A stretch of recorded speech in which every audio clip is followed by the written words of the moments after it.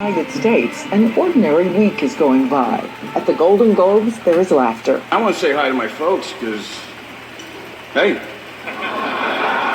And then another week goes by, and another week. January 21st, we learn about the first diagnosed case of the virus in America. A man only in his 30s in Washington State. But he had just come from a trip to Wuhan, and Wuhan is so far away. One person coming in from China, and we have it under control. It's going to be just fine. President Trump moves quickly to ban all travelers from China except for Americans and their families. Yet overseas in Wuhan, we learn they're building hospitals, locking the city down. Some Asian nations are scrambling to scale up millions of testing kits and masks. While back here in America, we go on with the Grammy Awards, the Super Bowl, 62,000 people hugging, cheering. And we are unaware that the virus is already here, moving stealthily like the silhouette of a shark underwater. Around the country, mysterious deaths are showing up. Cases of severe illness hitting the lungs. But mostly you have to be someone who traveled to China to be tested for the new virus. We're in great shape, though. We have 11 cases, and many of them are in good shape now. When a month and a half goes by after that announcement from China, the stock market sounds an alarm. Investors are worried about the Chinese economy. And now something else. A cluster of cases surfacing in Italy. The virus, the Dow plunging more than 1,000 points yesterday. We have contained this. I won't say airtight, but pretty close. When you have 15 people, and the 15 within a couple of days is going to be down to close to zero. A few days after that, another case in California. Brush fires of community spread have begun to appear. And on February 29th, the report of what we thought then was the first COVID-19 death. The first death that happened just behind me here at Evergreen Health. As 2 months go by, no one prevents 2 million travelers from continuing to pour into this country from Europe and stream out across the nation, some of them taking the virus with them to places we least expected. Places like the beautiful ski resort of Sun Valley, Idaho, which will become one of the highest infection rates in the entire world. It is the first week of March, and no one is even talking about social distancing when the permanent residents of the valley welcome the last ski-loving tourists of the season. A lot of them are coming from the West Coast, like Seattle, and from Europe. My name is Jody Zarkos. I live in Ketchum, Idaho. Who lives here?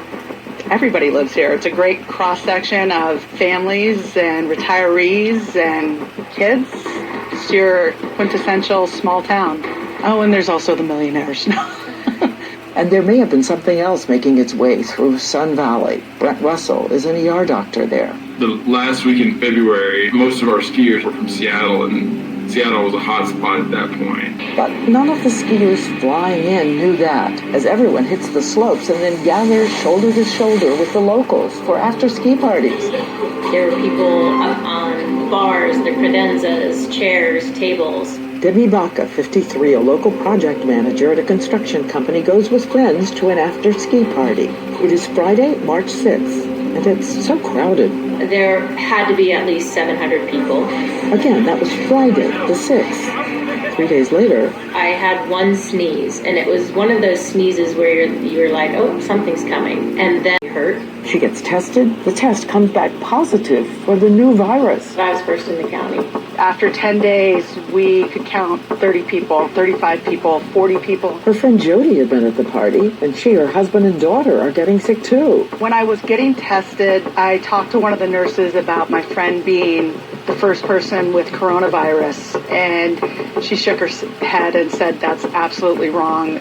We've been seeing a mysterious respiratory illness for the last 6 weeks. And one group of skiers who traveled into Sun Valley is about to suffer the biggest toll. The National Brotherhood of Skiers, coming into town for their annual summit. They are some of the best African-American ski clubs across this country. Their goal, to get one of their members on the Olympic team.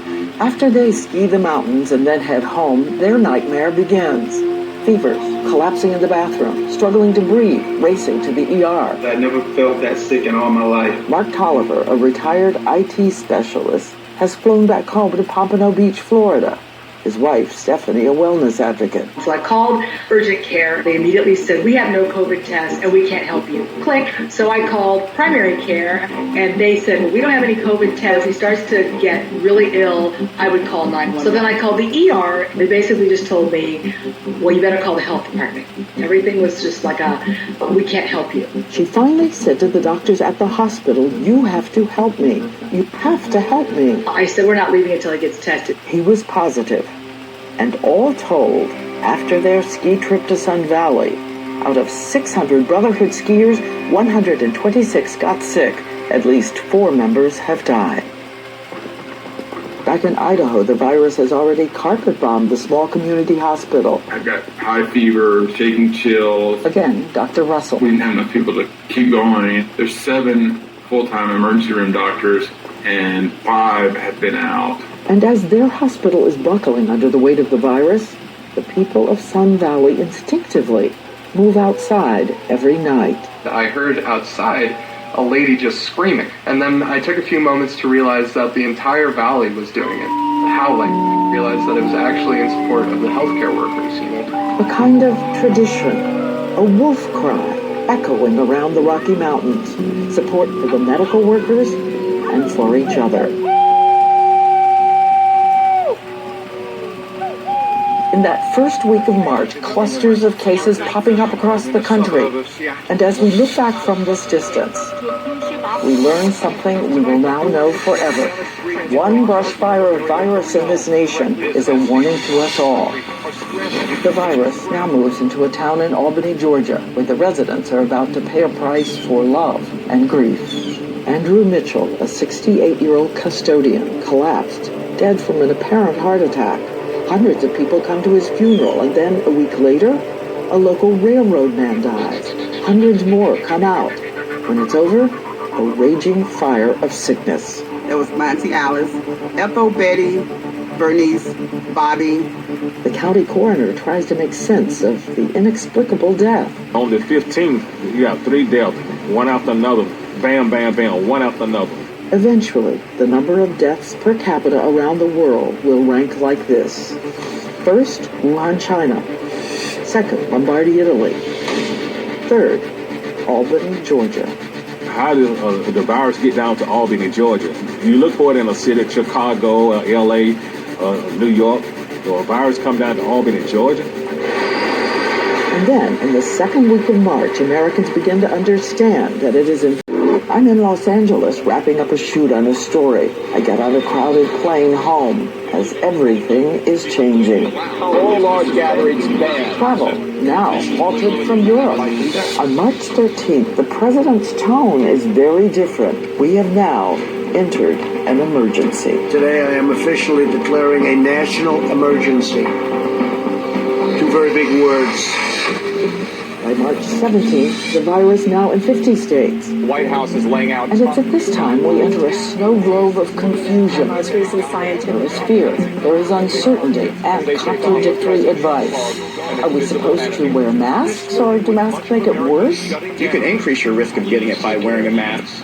And what about the thing we most want, the virus test that will show if we have the virus or if someone near us is spreading virus without any symptoms? Anybody that wants a test can get a test. Around this country, Americans are searching for the tests, asking for them, begging for them. But they can't get them, and we discover we don't have enough. That is a failing.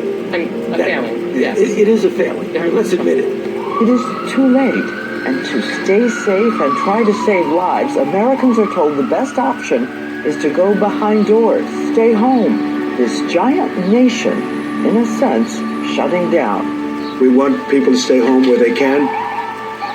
A vibrant America about to become #1 in infections in the world, #1 in deaths, and millions of people out of work. On April 1st, we are bracing ourselves for what is coming. We've all been told that we're heading into 30 days of a mountain of unknowns. And I'm going to be talking to all the scientists and the workers I can find who are working 24 hours a day to get us on the other side of this. And for the next weeks, the question will be, who will show up to get us through this? answer, ordinary Americans who show up for each other.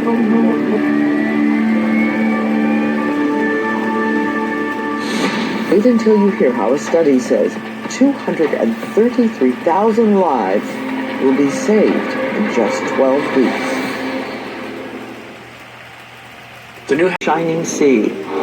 This nation built on forward motion. Told 2.5 months ago by the White House Task Force, there is no option to save lives, but to stop, stay at home. In March, the nation's governors stand up to take charge as cases of the virus start doubling every week. Well over 200,000 people will be raced to the hospital. I'm scared. I'm really scared. 124,000 schools shut down. 38 million people suddenly no paycheck. The nation locked in time. It's the moment in any movie when you wonder if the cavalry will come. And it did. And it was us. I'm putting my life on the line every day. As long as I'm healthy, we are going to keep going. The American public is counting on us to get fruits and vegetables. Workers at our power grids moved into control centers to make sure the lights stay on. In Mississippi, school cafeteria workers make 6,000 meals a day for their kids who are stuck at home. We must feed the children. In Alaska, this young man who owns the only grocery in town travels 14 hours by boat every week to bring food and supplies back to his isolated community. And in Texas, the school principal drives 800 miles to congratulate every one of his graduating seniors in person. I get emotional real easy with my kids. It just seemed like the right thing to do. And as we now know, the biggest battles will be for the big cities. Everyone is pitching in. Required to do something they have never done before. Tonight, because of what the cities did, 233,000 lives were saved. And it was only possible because of the 62 million essential workers holding all these cities and towns together. Disproportionately female and people of color, proving that courage is not what you talk about, it's what you do. All right, good morning. About to get ready to get my bus started. This is bus driver Eric Holtz of Detroit, who showed up every day, even though his best friend was a bus driver named Jason Hargrove. Hargrove was one of the first bus drivers to go public about the people who just didn't show respect. But for you to get on the bus and cough, that lets me know that some folks don't care. There he was, and then 2 weeks later, he had contracted the virus and died. He left behind a hashtag, I cannot stay home. I'm on the road for you. It's a hard day for me today. We will be doing the final arrangements for my best friend Jason Hargroves. Eric keeps going, some days working a double shift. Hi, it's Diane. Hi. I dialed into him before his overnight. Can you show me what it is to get on the bus and wipe things down? This one comes off the steering wheel. Whoa. How many people are getting on the bus now without masks? You just have that 15% that just don't want to wear the mask at all. Even though the bus is taped off and passengers can now only get on the back half, a cough, a sneeze can travel. And Eric became a kind of virus detective. He fears that coughs or sneezes might be carried by the air conditioning draft straight to him. So what I do is I do not run that ventilation system. At the end of his long day, Eric takes his clothes off, making sure he washes them, afraid for his family. And he shows me the empty seat on his bus where he imagines his best friend Jason is still sitting and talking and watching over him. And just, wow, call him up. Tell him you just love him. And in another part of this nation, there is a girl from a small town in Georgia who once came to New York City to become a rockette. There she is. But eventually she set aside her dancing shoes to become an ICU nurse, where precision teamwork is a matter of life and death. At one point, as many as 1,600 people a day were streaming through the hospital doors in New York City alone. And it just feels like we're getting smacked and smacked and smacked. Like we can't catch a break. The COVID patients come in with such complicated sickness, she manages a forest of 9 IV tubes extended into the patient's room, dripping 2 sedatives, a paralytic, and 3 vasopressors to keep blood pressure up. Also an anticoagulant, IV fluid, and an antiarrhythmic drug because of a wildly dangerous heart rhythm. This is what it takes to keep a critically ill COVID patient alive. This ICU nurse wants Americans to remember that healthcare workers everywhere gave patients all they had. What I do want families of these patients to know is that we are loving on them so hard. And tonight she has a message of her own to everyone who's heading out thinking it's okay to defy the safety rules about social distancing, masks. I think they're blowing it way out of proportion. When you've seen someone agonally gasp for air while they have a breathing tube in, while they're connected to a ventilator, then tell me it's fake. Trust your frontline when we say, this is no joke. I go out to catch up with her on the streets of New York. We notice how many people are not wearing masks. This is the first corner I've been on in this city where every single person was wearing a mask. Wow. Thank you. Thank you. Thank you. Yes, It's so great. Thank you. So you both tired? Yeah. We'll do it again tomorrow. And that's what we do. The former dancer from Georgia gives me a graceful goodbye on the streets of New York as she heads off to her work of joy and pain, endurance and hope. What gives me hope? It's 7 p.m. You guys! It's 7 p.m. and they're doing the thing! I don't know if you can hear it, but... Oh man, New York. New York. And in towns and cities all across this country, as the cases kept mounting, local healthcare workers went to battle. What happened? It was really rough. The supplies are already running out of ventilators. Stretched pretty thin. If you're from Montgomery and you need an ICU bed, you're in trouble. In New Hampshire, they put up a provisional tent in the snow. See that little baby heater? And as the months went by, we all watched something so clear about a divide in America. 55% of us got to stay home, had jobs and salaries. We got our deliveries at the door. But the lowest paid workers in this nation, often without medical coverage or sick leave, were showing up. They were scrubbing every inch of our grocery stores and taking risks. So many of them minorities. In New York City alone, the rate of death among Hispanics was 2/3 higher than whites. For African Americans, the death rate 100% higher. An ER doctor practicing for 20 years has never seen anything like this. It's disheartening because all the patients look like me. More than 70% of all the 80% are African American. Who stocks the shelves at the supermarket, said he just wanted everyone to be happy and fed. Miss all this pandemonium. Let me be the rainbow in your day. But right now, Jeff is asking one thing. He's been seeing how easily rich people, celebrities get access to virus tests. They have the reassurance of finding out if someone near them is spreading the virus without symptoms. But workers like him are not given that privilege. Thing is trying to get as many grocery workers tested, you know what I mean, so we can know if we have these. And I had a coworker ask me the other day, man, are we essential or are we sacrificial? And because we define America as an action verb, what else should we be doing for these workers who've been so brave? Should there be bonuses? What about better health care and some job security? We've been told that 40% of the people who make under $40,000 have already lost their jobs. And then there are workers like Angel, who's worked all her life in fast food and cleaning as a home health aide. And this is her budget. At the end of the month, she's lucky to have $18 to spare. Her 3 children make their own hand sanitizer. They make their own masks. And she never wants them to be homeless like she was as a child after her mother died. And I want my kids to have stability. She says she's so grateful that in this moment some cities and philanthropies decided to offer free childcare to essential workers.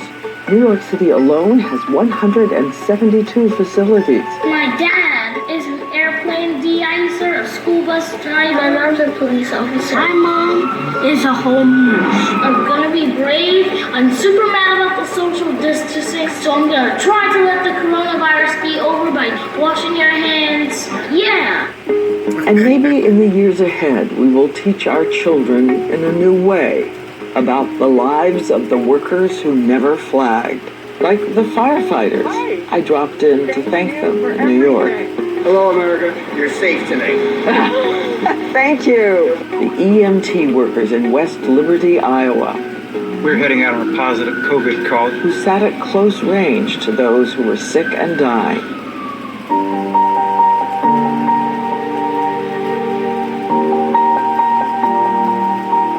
The 100,000 people we lost in just 4 months. There can never be just one tribute to them all. But we remember a night at a hospital in New York City when a doctor decided to play music as a memorial to a fallen colleague. The ambulances continued to arrive, and her tribute became a kind of duet of violins and sirens.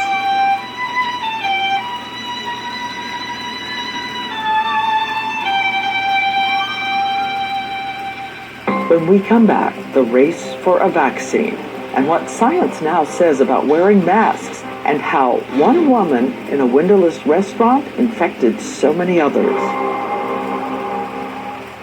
We know the Holy Grail is a vaccine that prevents people from getting the illness. How fast can it happen? Keep in mind, in history, the fastest time from identifying a virus to having a vaccine has been years. It took 4 years. For mumps, as of tonight, scientists are trying to do it in a fraction of the time. And regular people are trying to help by offering their bodies to help test if it works. At least 10 human vaccine trials are already underway in the world. The injection site feels like I got a pretty good punch. I don't want to be sitting down not doing anything where I could potentially help out. This was a way that I could feel useful instead of useless. And as we know, until there's a safe vaccine, we only have our primitive tools to prevent contracting the virus. The first, of course, social distancing. We have now learned that 35% of people who could be spreading the virus may display no symptoms at all, which is a reason we're told to stay at least 6 feet away. But if someone decides to sneeze, what good does 6 feet do you? A cloud of particles, which may or may not contain the virus, could spread as far as 26 feet. And we saw that Chinese study of a woman with no symptoms in a crowded restaurant with no windows. She spread the virus to 9 people around her, as far as 15 feet away. Droplets in her breath possibly carried by the slipstream of the air conditioner. And over the months, so much confusion about masks. You can increase your risk of getting it by wearing a mask. I wear my face covering to protect you, and you wear yours to protect me. We don't want people to get an artificial sense of protection. We even watched the vice president go to the Mayo Clinic and not follow their policy to wear a mask. Then 2 days later, there he is at a factory in a mask. And if you still don't think a mask could make a difference, take a look at this video. This is how much we spray saliva at each other in our everyday conversations. Stay healthy. Put a mask on? That spray is dramatically different. Stay healthy. Here it is again. Without the mask. Stay healthy. Stay healthy. And we know as the symptoms spread, they're a kind of Russian roulette, ranging from the strange, swollen, painful discolorations of the tips of my toes, loss of taste and smell, shaking, and other symptoms that are very severe. Do I want to die suffocating and then going into cardiac arrest? The virus can apparently bring on inflammation of blood vessels, causing strokes in healthy adults, and implicated in that rare syndrome we've seen in children. And right now, there are two types of treatments that have shown real promise, but both are administered through IVs, and both are for patients in the hospital. One is remdesivir, and then there are the antibodies that appear in people who have fought off the disease. Someone who's recovered gives blood. It's separated into plasma. Here's the plasma. Think of it as liquid gold with antibodies in it. In as little as 3 weeks, one company already making antibodies in their lab will begin testing to see if their antibodies can prevent or treat COVID. But once again, it's all of us now heeding the call for each other. It started in the amazing lab of Dr. Florian Kramer and his team in Mount Sinai. And so you can see that some of these wells changed color. They identified those golden antibodies, and the headline tonight is that plasma does seem to work in some patients. We tracked down the first person in New York who was asked to be a plasma donor, and she could not have said yes faster.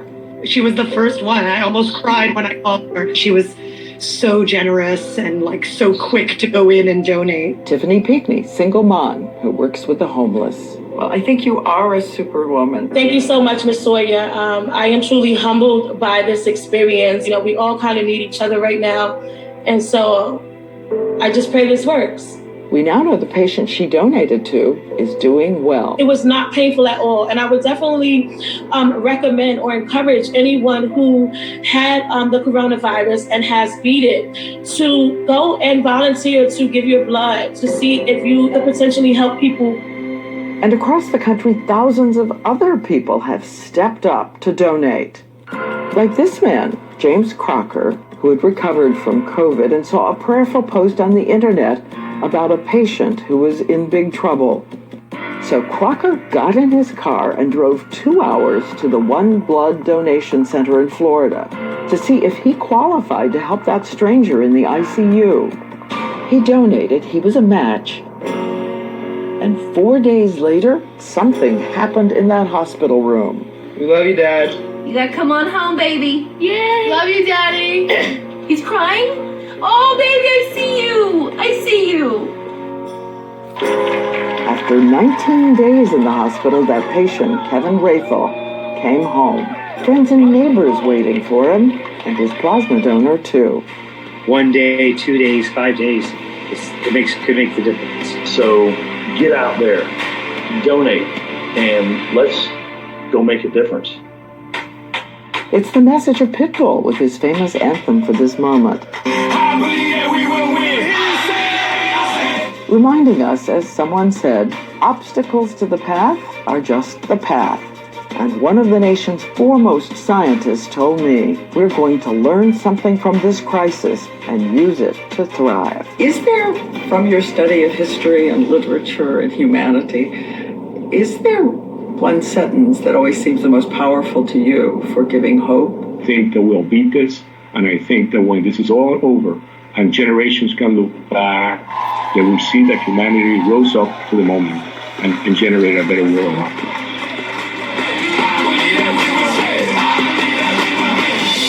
And when we come back, the amazing thing a small group of dedicated workers did for the vulnerable people they love.